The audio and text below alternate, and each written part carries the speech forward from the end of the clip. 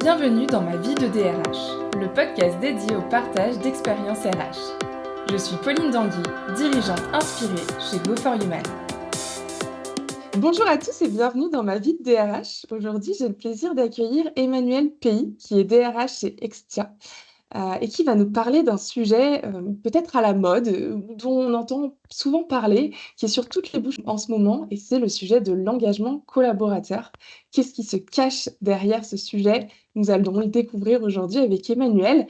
Mais avant de se lancer dans le vif du sujet, bonjour Emmanuel et bienvenue, je te laisse te présenter. Bonjour Pauline, merci pour ton invitation.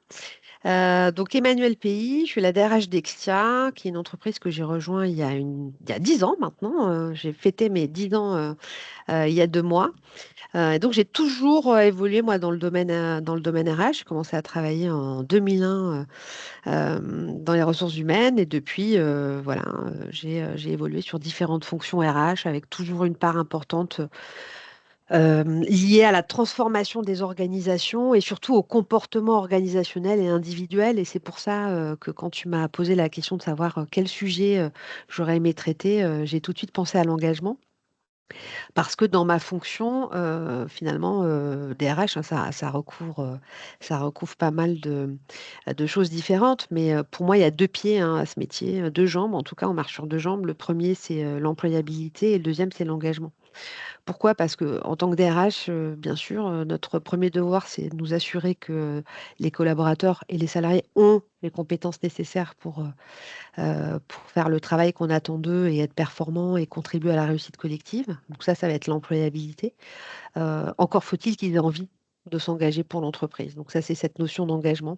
Et l'inverse ne marche pas non plus. On peut avoir des collaborateurs très engagés, mais s'ils n'ont pas les compétences nécessaires pour répondre aux enjeux de l'entreprise, ça ne va pas être possible. Euh, donc, c'est inhérent à mon métier, consubstantiel à mon métier, je dirais, cette notion d'engagement. Tu le disais, on en entend beaucoup parler. Et c'est aussi très lié au modèle d'entreprise comme la nôtre, comme Extia. Pourquoi? Parce que Extia a été créé sur un postulat assez simple en 2007, c'est que le bien-être générait de la performance. Alors à l'époque, on ne parlait pas encore de qualité de vie au travail. En 2007, on parlait plutôt de risques psychosociaux. Il y avait ces événements tragiques et dramatiques dans certaines grandes entreprises françaises avec des suicides au travail.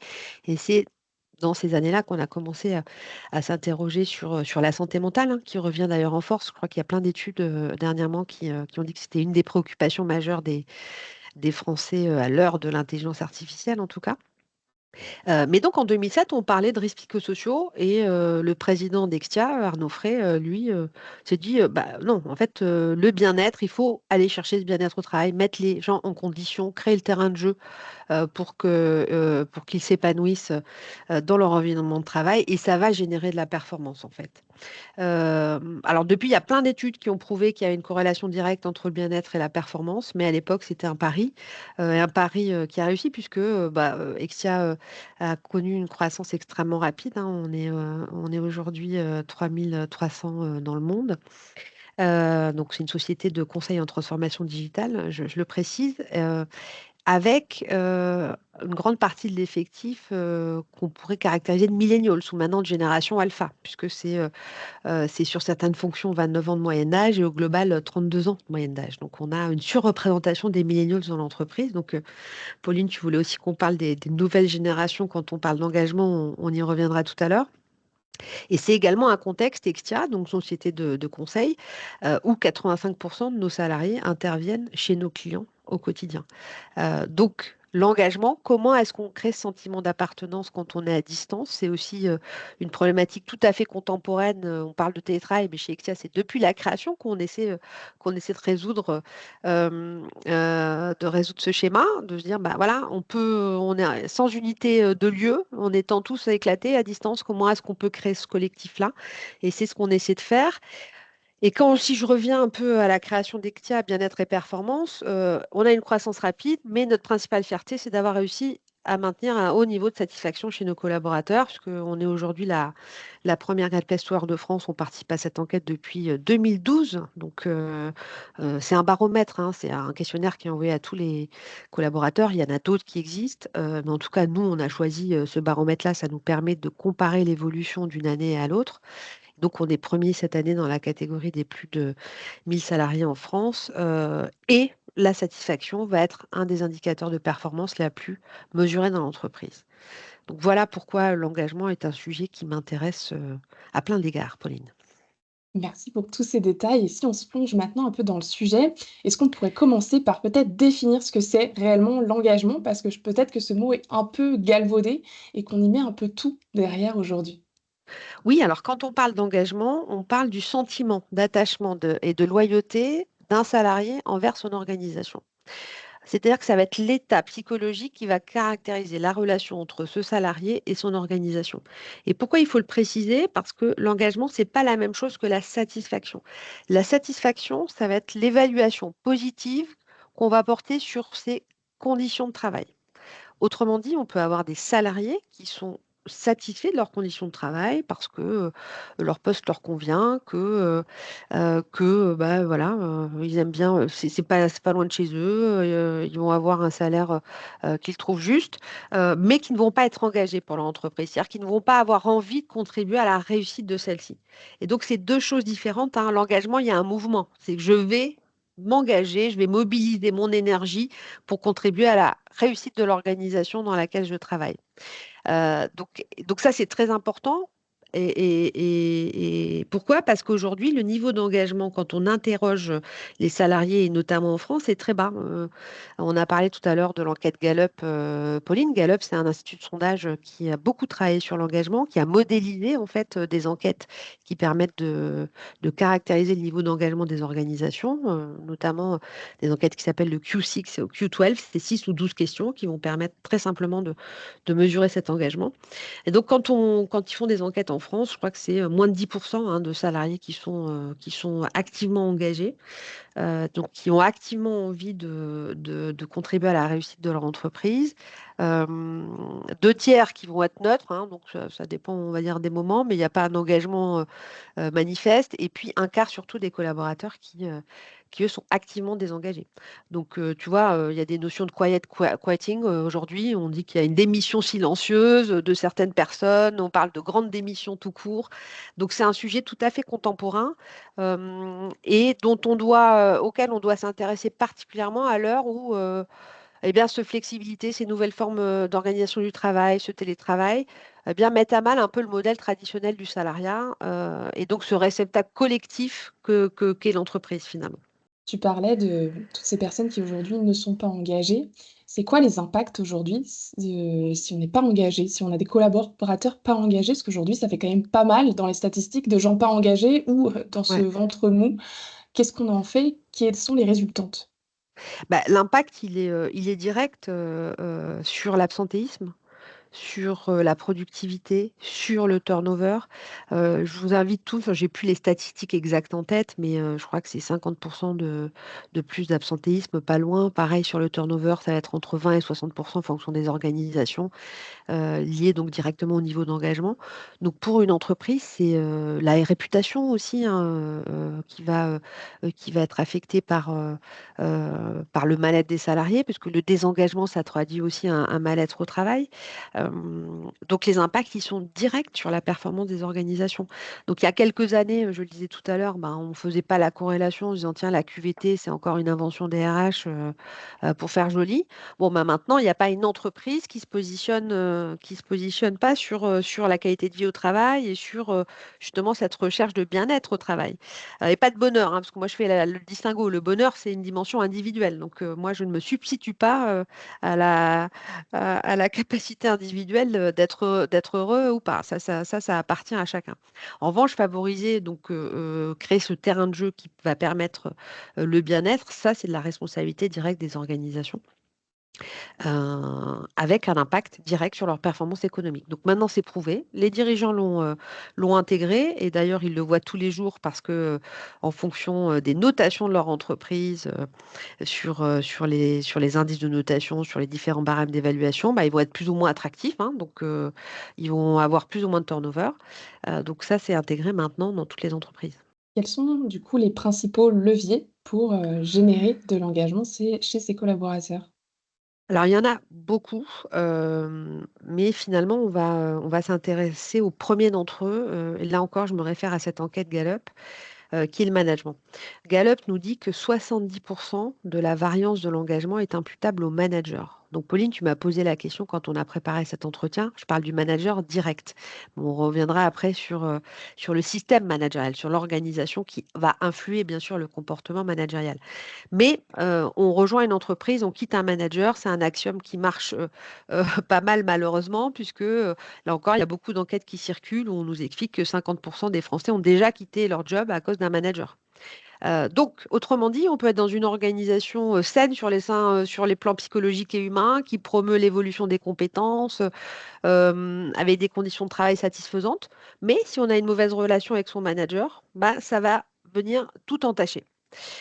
Donc, le manager, il a une responsabilité directe dans l'engagement des personnes qu'il manage. 70%, encore une fois, de la variance de l'engagement. Donc, ça, c'est important de le dire, et c'est le sujet dont je voulais parler principalement quand on parle de l'engagement. Euh, Pourquoi? Parce que, et là je vais parler d'une enquête qui s'appelle le projet Aristote, une enquête qui a été mise en place, une étude qui a été mise en place par Google. Alors Google mesure beaucoup de choses, mais il voulait identifier les critères, les invariants liés aux équipes performantes. Et donc ils ont interrogé plein d'équipes parce qu'ils cherchaient des choses sur les leadership. Et le premier critère commun qu'ils ont trouvé à toutes les équipes performantes, c'est la sécurité psychologique.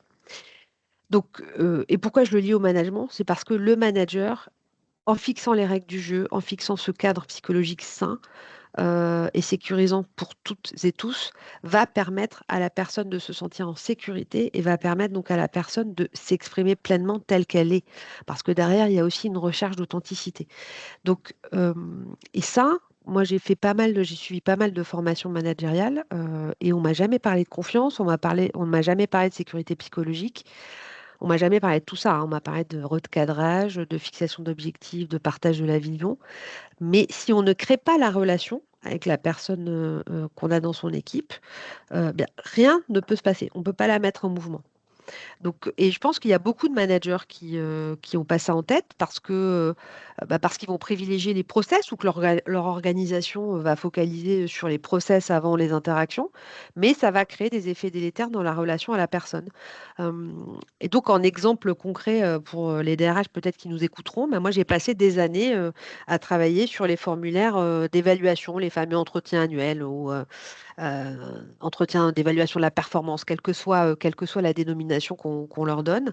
Euh, et en fait, oui, c'était des formulaires et des process extrêmement sophistiqués, mais à la fin, on se trompait d'objectif parce que quand on formait les managers, on les formait au process et on les formait pas à l'intention, en fait. Et l'intention, c'est d'avoir un quality time de passer du temps avec la personne dont on s'occupe, d'essayer, et de manière régulière, hein, c'est pas une fois par an. C'est-à-dire que moi, quand je forme les managers chez Extia, ben, je leur dis, la personne ne doit rien apprendre pendant son bilan annuel parce que si elle apprend des choses sur ses axes d'amélioration ou sur ses talents, ça veut dire que vous n'avez pas fait le job tout au long de l'année, en fait. Donc cette relation-là, elle est directement imputable au management. Et moi, j'y vois aussi un lien direct avec les soft skills, les compétences relationnelles, interactionnelles des managers. Là encore, je suis assez marquée dans la plupart des organisations par le fait que finalement, les outils de développement personnel, les outils d'évaluation. Alors, nous, on utilise par exemple Processcom chez Extia, mais il y a beaucoup d'autres modèles. Il y a SuccessFactors, il y en a plein qui existent. Euh, on utilise aussi le Predictive Index. Donc, nous, on a surinvesti sur ces outils qui permettent à chaque manager et plus largement à chaque personne qui a un job d'interaction euh, bien de comprendre ses propres comportements. Si on n'arrive pas à comprendre, à anticiper ses propres comportements, à comprendre la façon dont on va se comporter sous stress, à comprendre quels sont ses leviers, mais il est illusoire de se dire qu'on va pouvoir comprendre les comportements des personnes avec qui on travaille. Donc on s'éloigne un petit peu de l'engagement, mais puisque l'engagement est lié directement au management, je crois que le premier Premier levier important quand on manage, c'est de travailler ses soft skills en fait, hein. Donc ça, c'est quelque chose qu'on a bien compris chez Extia et qu'on applique tous les jours pour créer cette relation de confiance et aussi trouver son style de management parce qu'il y a des injonctions. Le boulot du manager, il n'est pas facile aujourd'hui. Il y a des injonctions parfois contradictoires, mais c'est très important de se trouver soi, d'être authentique et de partager ses règles du jeu dès le départ pour créer ce fameux climat de confiance. Donc ça me paraît important quand on parle d'engagement et quand on le lie au management. Un autre point qui me paraît important, c'est comment est-ce qu'on va donner davantage de latitude décisionnelle aux personnes dans leur situation de travail. Là encore, c'est lié à l'engagement parce que on sait bien que le besoin d'autonomie fait partie eh bien, enfin, est un critère qui est lié justement et au stress, hein, parce qu'on parlait tout à l'heure, Pauline, du modèle de Karasek là, qui lie la charge de travail, en tout cas la charge mentale, c'est-à-dire l'impression de sa charge par rapport à la latitude décisionnelle, par rapport au pouvoir d'organisation qu'on peut avoir dans son job au quotidien. Ben, on sait très bien que quand il y a un déséquilibre entre cette charge mentale et la croyance qu'on a de pouvoir agir et de pouvoir influer sur son environnement de travail, il y a un stress qui est très élevé. Donc, on peut supporter une charge de travail objectivement importante si on a la latitude pour s'organiser de manière autonome. Donc ça, c'est aussi très lié au style de management dans lequel on va évoluer parce qu'il y a il y a finalement assez peu d'organisations aujourd'hui qui, qui sont, qui sont très actives dans le fait d'empowerer ou de mettre les personnes en responsabilité indépendamment du contenu de leur job, parce que tout de suite, on peut passer au cadre en disant, bah, eux ont une autonomie naturelle, ça va leur être demandé. Peut-être que dans des fonctions d'exécution, on va pas demander aux gens leur avis. Bah, je pense que c'est une erreur. D'abord, il faut faire confiance aux personnes pour trouver des solutions qui sont les plus adaptées pour elles. Et c'est les mettre dans cette situation d'empowerment, donc de gagner de la latitude et du pouvoir décisionnel dans leur quotidien, elle est très importante à l'heure des nouvelles technologies et à l'heure de l'intelligence artificielle. Donc là, c'est pas, on s'éloigne un peu du management, Pauline, mais euh, quand on regarde différentes études, on s'aperçoit que le sentiment d'autonomie, il a complètement baissé au fur et à mesure qu'on automatisait un certain nombre de process. Pourquoi? Parce que son agenda va être guidé par un timing en termes de reporting, par un formalisme imposé sur des workflows de validation. Enfin, on va devenir finalement managé par les process plutôt que par les interactions. Et ça, bah, c'est très délétère pour ce sentiment d'empowerment parce que bah, finalement, on ne décide plus, quoi, hein. On applique un certain nombre de choses. Et c'est aussi la crainte qu'on peut avoir légitime quand on parle d'intelligence artificielle. L'intelligence artificielle, ça va consister en quoi? Ça va consister à partir du principe que tout ce qui peut être automatisé va l'être, y compris dans des processus qui impliquent une certaine réflexion, ce qui n'était pas le cas avant. Donc ça va toucher bien sûr l'école blanc, hein, le job d'école bleue a été automatisé il y a bien longtemps. Donc, c'est une nouvelle population que ça va toucher. Mais là encore, qui va décider à la fin? Moi, la question principale que je me pose quand je pense à l'IA, se dire, OK, ça peut être un progrès, mais qui décide à la fin? Est-ce que c'est la machine ou est-ce que c'est l'homme? Moi, j'ai plutôt envie que ce soit l'homme qui continue à décider. Donc, cette notion d'empowerment, elle est aussi favorisée ou pas par le manager et elle va avoir un lien direct avec l'engagement. Si je pense que si ce qu'on me demande, c'est d'être un numéro et d'avoir exactement le même mode opératoire que mon voisin, où est-ce que je suis moi là-dedans? Comment est-ce que j'existe? Comment est-ce que je peux faire entendre ma voix? Comment est-ce que je me projette? C'est compliqué quand même.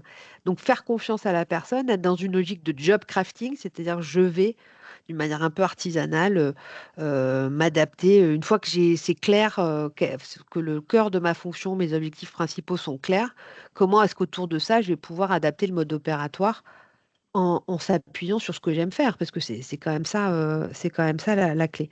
Donc nous, chez Extia, notre motto, c'est d'abord qui, ensuite quoi. Et donc, on va être sur des...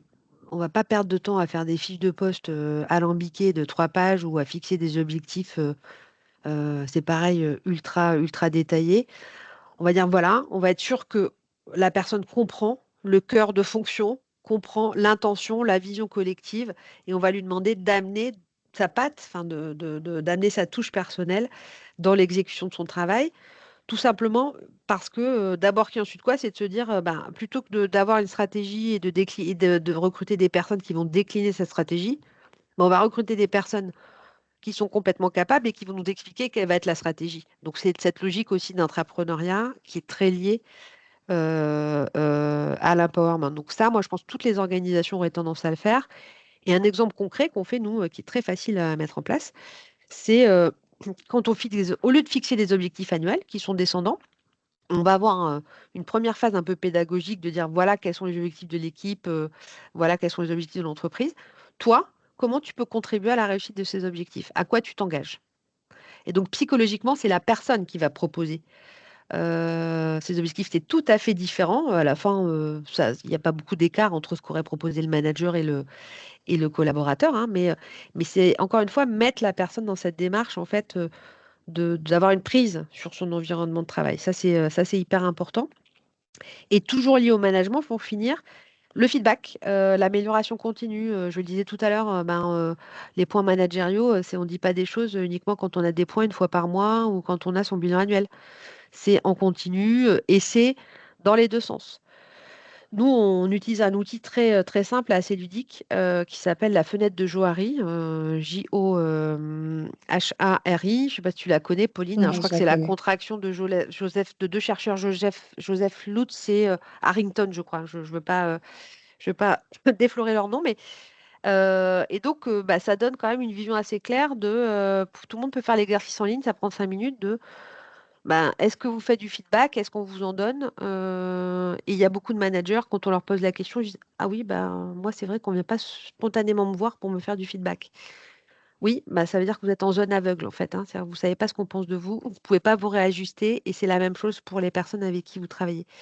Donc nous, on bosse aussi beaucoup sur cette notion de feedback, toujours dans l'optique eh bien, de favoriser l'engagement et la satisfaction des collaborateurs. Il y a un autre sujet dont je n'ai pas parlé quand on a préparé cet entretien, Pauline, mais que je pourrais rajouter d'expérimentation, c'est la gamification.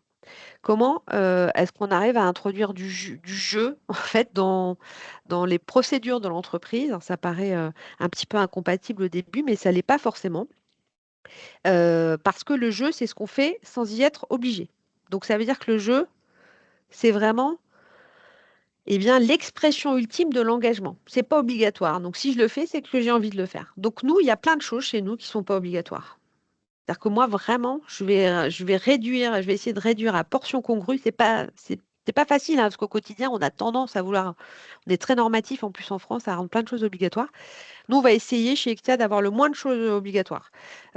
Typiquement, les communautés métiers. On a des communautés métiers qui existent, qui sont complètement gamifiées. C'est-à-dire quand vous participez à une communauté métier chez Exia, ça peut porter sur les soft skills, ça peut porter aussi sur des sujets très techniques comme les langages de développement. Euh, eh ben, vous avez accès à un certain nombre de ressources et vous pouvez y aller si vous voulez. Donc, ce n'est pas obligatoire. Ce qu'on dit aux gens, c'est que ce risque qu'ils prennent, c'est d'apprendre quelque chose, qui est toujours un bon risque à prendre quand même. Mais quand vous participez à cette communauté, vous rapportez des points et du butin à votre communauté. Donc, plus cette communauté va rassembler de participants, bah, plus elle va pouvoir avoir du budget pour organiser des événements, faire venir des speakers externes, faire des formations, inviter ses membres à des conférences techniques. Euh, donc là, il y a un gain collectif et puis il y a un gain individuel puisque vous allez cumuler des points qui vont vous faire passer d'un statut à l'autre pour, in fine, bah, pouvoir avoir des jours Exia qui vont être dédiés à des projets solidaires, par exemple, pour avoir des jours qui vont être liés à des projets personnels, des jours de formation. Donc ça va être en fait au choix entre la contribution et la rétribution des personnes. Donc, et ce système qui n'est pas obligatoire, il a accumulé plus de 5000 participations l'année dernière sur nos communautés métiers et on a à peu près 50% des collaborateurs qui sont engagés, c'est-à-dire qui participent à au moins deux meet-up, hein, c'est des formats de 45 minutes par an. Et donc c'est tout à fait intéressant parce que ça répond à cette question de what's in it for me? Quel gain si je participe à ça? Et donc beaucoup de nos formations sont organisées sous ce format-là, en disant il y a des formations. On va, nous, essayer de produire justement cet effet d'apprenance, cette fameuse autagogie, donc l'apprentissage autodirigé, pour que la personne s'empare en rajoutant un peu de la gamification de son contexte de travail. Donc ça, c'est pareil sur l'engagement, c'est aussi de laisser une liberté, c'est des expérimentations assez simples à mettre en place qui permettent à la personne voilà, de retrouver un peu de latitude décisionnelle dans cet environnement-là. Merci pour toutes ces explications. Est-ce que peut-être tu peux à ce moment-là pousser sur la partie, direction? Comment au niveau de la direction du COSIR, il y a une impulsion sur, l'engagement justement? Alors, il y a une impulsion, la direction, bon, ce qu'on disait tout à l'heure, Pauline, c'est moi j'aime bien une expression chinoise qui le poisson pourrit toujours par la tête, hein. Donc de toute façon, la culture d'entreprise, elle est bien évidemment très liée à l'intention de la direction. Qu'est-ce que la direction veut mettre en place? Quels sont les indicateurs de performance qu'elle va le surveiller? Comment est-ce que tout ça se traduit en culture managériale? Donc le système, autrement dit, va bien sûr influer sur le comportement individuel et managérial. Une fois qu'on a dit ça, quand tu m'as posé la question tout à l'heure, Pauline, je t'ai aussi répondu que pour moi, le changement dans une organisation, il était viral, hein. C'est une contagion positive ou négative qui va se mettre en place. Donc, il peut y avoir aussi dans un système un peu contraint, qui ne va pas favoriser toutes les notions dont on vient de parler, il peut y avoir aussi des expérimentations menées par certains managers bah, qui vont par duplication, par mimétisme et par envie se répandre dans l'organisation de manière positive. Donc, quand on est manager dans une organisation qui favorise pas forcément les notions dont je viens de parler, on a aussi cette latitude décisionnelle. On peut aussi s'empowerer soi-même pour mettre en place des pratiques qui favorisent l'engagement à son niveau. Et au niveau de la direction, bah, je le disais tout à l'heure, en fait, maintenant, les dirigeants ont quand même compris globalement que, il y avait un lien direct entre la performance économique de leur organisation et le bien-être des salariés. Donc j'ai envie de dire, ça fait, pour les salariés, ça fait un critère de sélection. Si on n'est pas captif dans son emploi, la sanction est quasi immédiate, hein, on le voit avec certaines organisations qui a un turnover important. Mais pour moi, bien sûr que le système va favoriser ça. Je donnais l'exemple tout à l'heure d'Extia. Nous, notre conviction, elle est collective et on va surinvestir sur les soft skills. Donc ça, on le met en place via des dispositifs communs. Donc c'est une acculturation. Et quand je disais l'engagement, c'est créer aussi des relations de loyauté avec les gens. Nous, on va aussi affirmer notre système de valeurs. C'est-à-dire que, je le disais, le motto, c'est d'abord qui, ensuite quoi. Donc, on va aller chercher cette authenticité, ce facteur risque qui existe chez chacun d'entre nous. On va essayer de le faire prospérer pour que les gens se rapprochent aussi de qui ils sont au sein d'un cadre collectif. Donc, et nous, on va dire, bah voilà, nos valeurs, on les affiche dès le départ. Parmi ces valeurs, eh bien, il y a notamment la dimension collective du travail. Le travail, par exemple, Extia, le nom d'Extia, UXTIA, ça vient de la déesse grecque du foyer Estia, donc, parce qu'on pense que le travail, c'est un lieu de vie, typiquement. Donc on dit, bah voilà, il y a pas d'entreprise, il n'y a pas de travail s'il n'y a pas cette convivialité et ces moments, ces souvenirs partagés où on va se rencontrer, échanger de manière formelle ou informelle dans un cadre de travail. Donc bien sûr qu'il y a une influence, je crois qu'il y a beaucoup de dirigeants qui commencent à le comprendre. Après, le changement du comportement managérial, il n'est pas simple, hein, parce qu'il y a des croyances ancrées chez beaucoup de managers bah, on sait que le modèle command and control, c'est celui qui prévaut dans pas mal d'organisations. Et du coup, il y a aussi des incompréhensions qui s'installent avec ces jeunes générations qui ont peut-être, elles, d'autres leviers que celles qui prévalaient il y a 30, 40 ans. Au-delà du levier management, il y a aussi le levier du collectif. Ouais. Qu'est-ce que tu entends derrière la notion de collectif? Bah, c'est ce que, lié aussi à l'engagement, il y a donc cette façon, je le disais, l'enjeu pour le manager et l'organisation, ça va être de créer des relations de loyauté avec la personne, surtout en ce moment. Pourquoi? Parce que, donc admettons qu'on soit maintenant dans un collectif de travail hybride un peu éclaté avec du télétravail, des gens en remote et même s'il y a pas de télétravail, il y a des gens un peu partout dans le monde, dans certaines organisations. Donc ça veut dire qu'on peut travailler, n'importe où aujourd'hui, enfin dans pas mal d'organisations, bientôt n'importe quand, entre le remote, le décalage horaire. Bon, ça devient de plus en plus compliqué de contrôler, enfin, d'avoir un temps de travail qui soit le même, applicable à tout le monde de la même façon. Et donc, si je peux travailler n'importe où, n'importe quand, je peux aussi travailler avec n'importe qui, hein. Si mon travail consiste à passer d'un écran à un autre, bah, je ne vais pas créer ces relations. Donc cette dimension collective, elle va provoquer un sentiment d'attachement à l'entreprise parce qu'elle va s'incarner à travers des personnes avec qui on crée des relations. Donc, très concrètement, j'ai un coup de stress au travail ou j'ai eu un conflit avec mon manager. Il faut que j'ai une personne ressource et de confiance à qui en parler immédiatement à la machine à café ou pas. Euh, Sinon, ça va être beaucoup plus compliqué pour moi de pouvoir libérer ce stress, cette frustration, même et y compris dans les moments positifs. Donc, euh, donc, donc, il y a une question d'ailleurs dans l'enquête Gallup qui est j'ai un meilleur ami au travail. Donc moi, l'enquête Gallup, j'avais commencé à l'utiliser dans les années 2000, au moment où elle était introduite en France, parce que ça existe depuis un moment aux États-Unis. Et c'est vrai que la culture française était toujours assez choquée par cette question, quel rapport entre j'ai un meilleur ami au travail et l'engagement. Bon, maintenant, je crois qu'il n'y a plus trop de débats, mais il y a eu plein d'enquêtes depuis qui disent que bah voilà, si vous n'avez pas créé des relations, en fait, c'est encore plus difficile de quitter des gens qu'une organisation. C'est toujours plus difficile de quitter ses collègues avec qui on a créé, avec qui on s'est créé des souvenirs. Et il y a beaucoup de gens qui restent parce que ils ont cette convivialité. Donc, bien sûr que cette dimension collective, elle est hyper importante. Et donc, c'est pour ça qu'il faut trouver le bon équilibre quand on parle de flexibilité, de travail à distance. Il faut trouver le bon équilibre qui doit jamais se faire au détriment de, du collectif, en fait. Ce collectif, il faut qu'il arrive à s'incarner, à exister. Sinon, il n'y a pas l'engagement, il ne va pas être rattaché à une organisation. Donc c'est pour ça qu'en tant que dirigeant et DRH, on peut se poser aussi cette question de se dire comment je crée ces relations de loyauté. Donc nous, bah, notre problématique, je te le disais tout à l'heure, Pauline, dans notre secteur d'activité, on a l'immense majorité de nos collaborateurs qui ne sont pas sur site.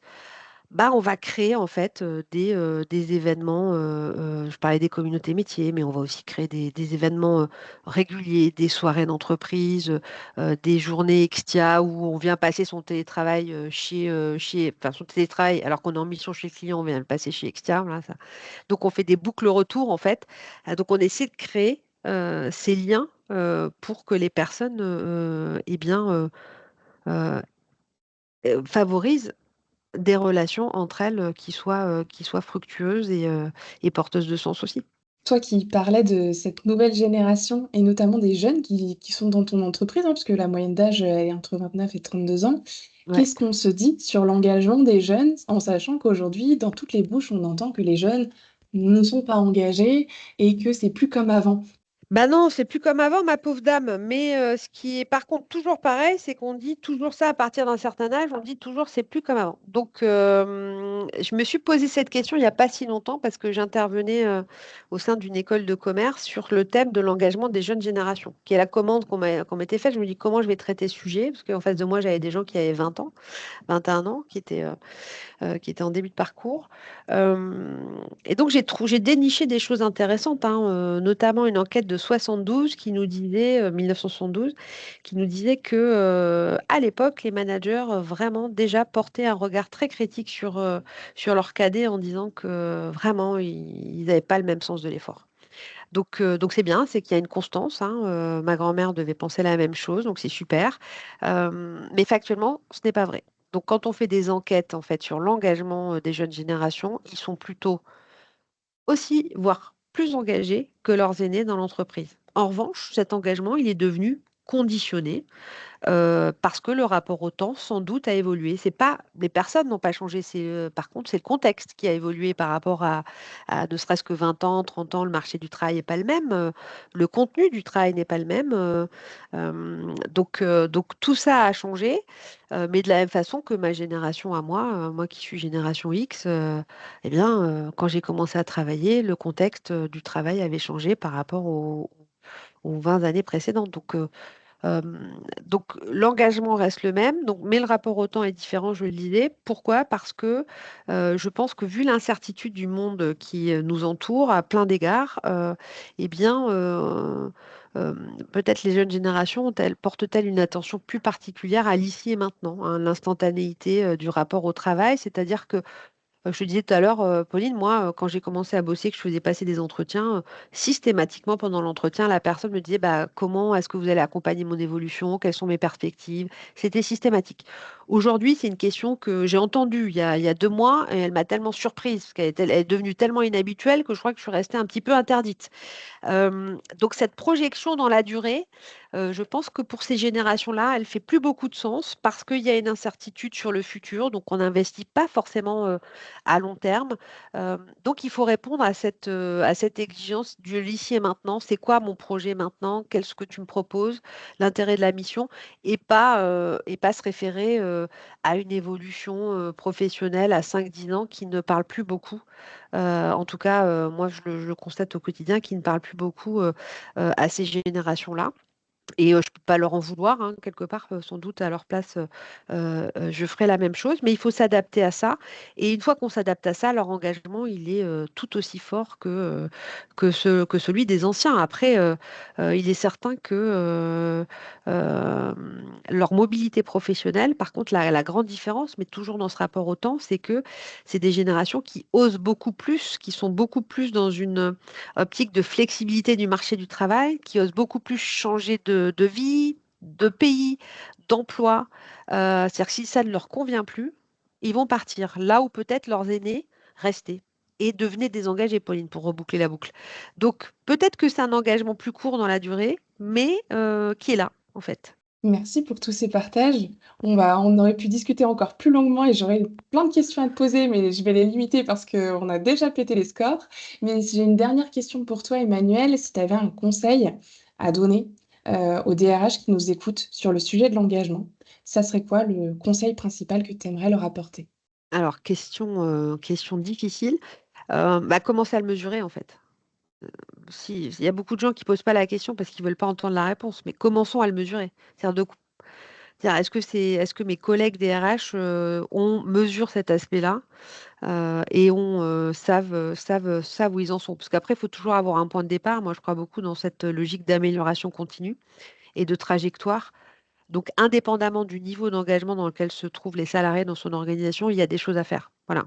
Il faut juste être lucide, le mesurer et puis avancer à petits pas. Merci beaucoup Emmanuel pour tous ces partages. Merci pour ton temps. Et puis pour tous ceux qui nous écoutent, eh ben, merci. J'espère que vous avez apprécié tout autant que moi cet échange. Et je vous dis à très vite pour un nouvel épisode de ma vie de DRH. Et à nouveau Emmanuel, merci beaucoup pour ton temps. Merci Pauline. Et voilà, cet épisode est terminé. Merci de nous avoir écoutés et si ce podcast vous a plu, n'hésitez surtout pas à le partager autour de vous. À très vite pour un prochain épisode de ma vie de DRH.